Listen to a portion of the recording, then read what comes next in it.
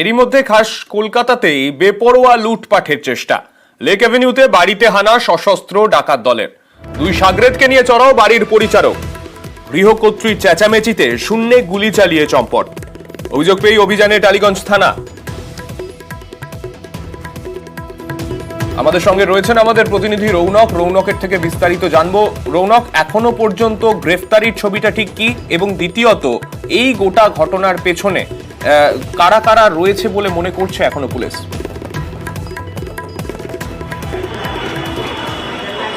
দেখো, ইতিমধ্যে যে তিনজন মূল অভিযুক্ত সেই তিনজনকেই গতকাল রাতে এআরএস অর্থাৎ অ্যান্টি রাউডি সেল তারা কিন্তু গ্রেফতার করেছে।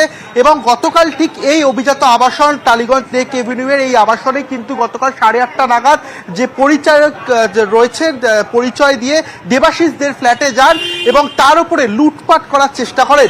ঠিক তখনই দেবাশিসদের স্ত্রী পুনাম দে তিনি চিৎকার করে ওঠেন এবং তখনই তাদের এই লুটপাটের যে চেষ্টা তা বানচাল হয় এবং দেবাশিসদেরকে উদ্দেশ্য করে তারা কিন্তু গুলি করে এক রাউন্ড, এবং সেই গুলি গিয়ে লাগে ঠিক দেবাশিসদের বাড়ির যে সেলফ রয়েছে তার পাশে।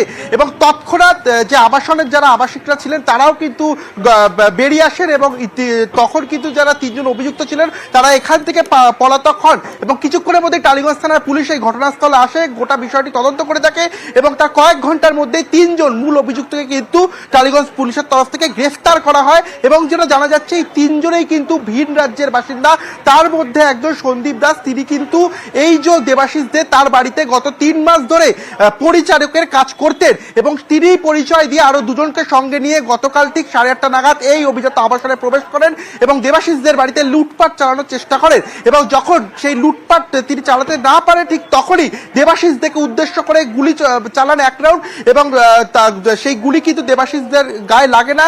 যথাযথ যেটা জানা যাচ্ছে যে তার স্ত্রী জানাচ্ছেন যে যখন এই ঘটনা ঘটে একেবারে কিন্তু ধস্তাধস্তির জায়গায় সেই পরিস্থিতি চলে যায় এবং তার কারণেই সেই গুলিটা মিসফায়ার হয়। ইতিমধ্যে সেই গুলির যে কার্তুজ সেই কার্তুজ গতকালই টালিগঞ্জ থানা পুলিশের তরফ থেকে উদ্ধার করা হয়েছে এবং গোটা বিষয়টি তদন্তে রয়েছে লালবাজারের গুন্ডা দমন শাখা এবং টালিগঞ্জ থানার পুলিশ।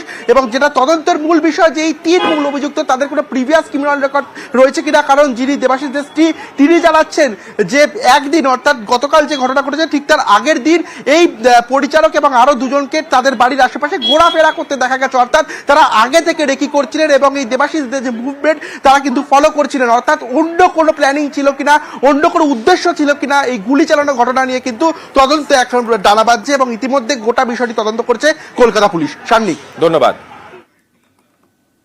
এখানে কোনো চৌকিদার থাকে না, ও যে লোক আছে একটা চৌকিদার ওদের পার্সোনাল সার্ভেন্ট। হ্যাঁ, 4-5 এরা মালিক আছে, ওদের মেয়ে থাকে এখানে, সবাইকে বাজার করে, খাবার এনে দেয়, সন্দেশ এনে দাও, মিষ্টি এনে দাও, এইসব করে।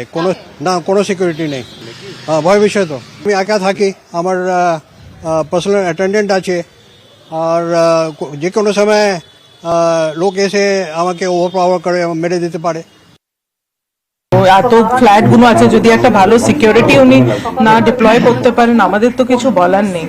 এইরকম যখন ওদের টার্গেট করেছে, এই এক একজনকে ধরা খুব ডিফিকাল্ট, ঠিক মানে প্রেডিক্ট করা যায় না, আনপ্রেডিক্টেবল কেসেস এইগুলো। কিন্তু হওয়ার পর যেরকম পুলিশ তাড়াতাড়ি কাজটা করেছেন, আমার মনে হয় উনিও খুব হ্যাপি এই ব্যাপারে।